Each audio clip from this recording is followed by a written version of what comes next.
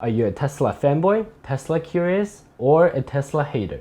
It doesn't matter because in this video, I'm going to do a deep dive into Tesla's delivery strategy for the upcoming Model Y. My name is Ziming and you're watching Hypergrowth. Full disclaimer up front, I've been a Tesla shareholder ever since early 2019 and have followed this company extensively. I am a long-term investor in the stock market, started in 2017, managed a six-figure portfolio, growing at over 100% over that period of time by owning some of the most disruptive companies like Amazon, Nvidia, and of course, Tesla.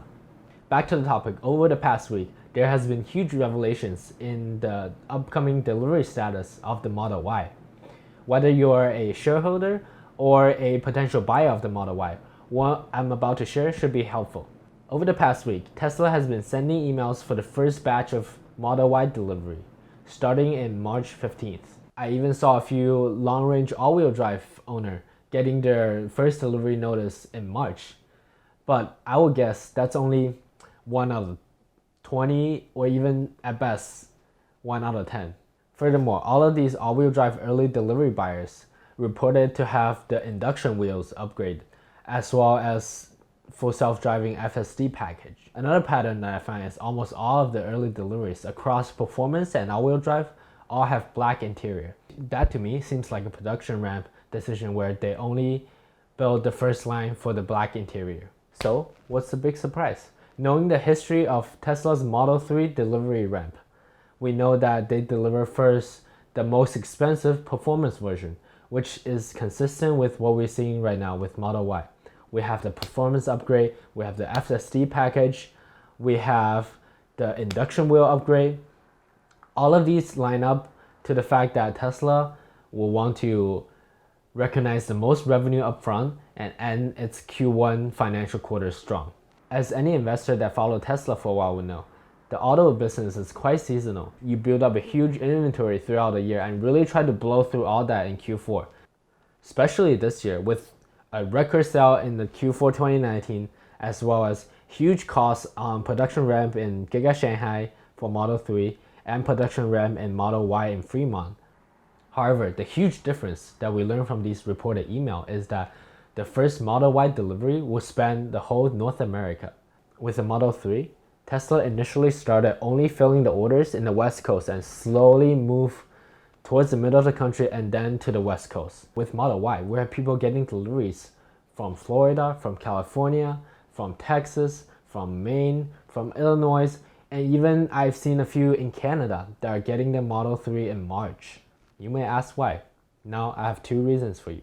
The first being, the Model Y production ramp is a lot smoother than the Model 3, which was a huge disaster that almost killed the entire company. Now, Tesla has learned from all these mistakes, plus the fact that Model Y shares 70% of the parts with the Model 3. They have actually started to produce the Model Y since January and has built up a huge inventory in their factory lot in Fremont. The second reason being there simply wasn't as many pre-orders for the Model Y as it did for the Model 3 at well over 500,000.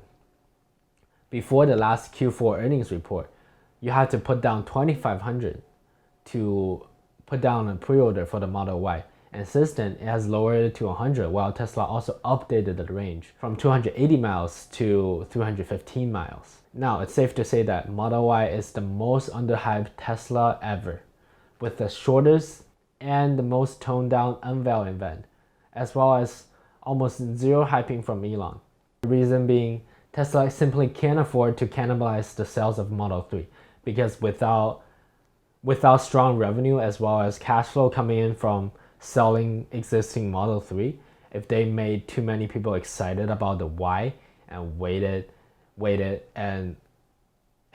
to order that instead of buying Model 3 now, they simply wouldn't have enough cash flow and resource to produce the Y right now. Nevertheless, I can confidently say that the Model Y will be the best Tesla ever.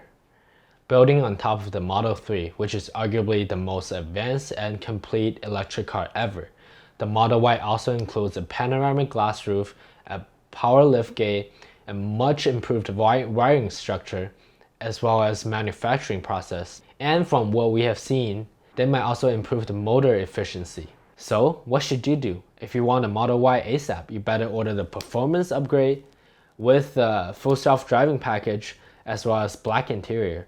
For me though, the all-wheel drive seems the most reasonable. And fingers crossed, I'm the next in line after the performance delivery. If you can't afford it at the moment, you better start saving up as well as getting your credit score ready, because eventually they should also produce the standard range Model Y that starts around just over 40 grand. Maybe they will call it Standard Plus again, just to match the Model 3. Who knows? From a shareholder's perspective though, I'm confident that the Model Y will outsell Model 3, Model X, and Model S combined, while expanding margin for the business. Because when you look at the Model Y, it shares over 75% of the parts with Model 3, and it should command a higher ASP. During the first few quarters, yes, the number will look rough, but as they continue to ramp throughout 2020, efficiency should go up and the cost of production should go down, making the true mass market EV domination one step closer for Tesla. What many people don't realize is that from 2 years ago, Tesla went from being really sucking in manufacturing to extremely good, I will argue, in manufacturing right now. Even after the Model 3 production line has fully built out in Fremont in 2019, Tesla was still able to increase the max capacity by 40% from 5,000 cars a week to 7,000 cars a week, which means more time saving, higher overall revenue, as well as higher margin, because they were able to use the same equipment to produce more cars. So I will be expecting the same with the Model Y ramp. Well, I hope that was helpful. If you enjoyed this video, smash that like button, subscribe, and hit that bell icon.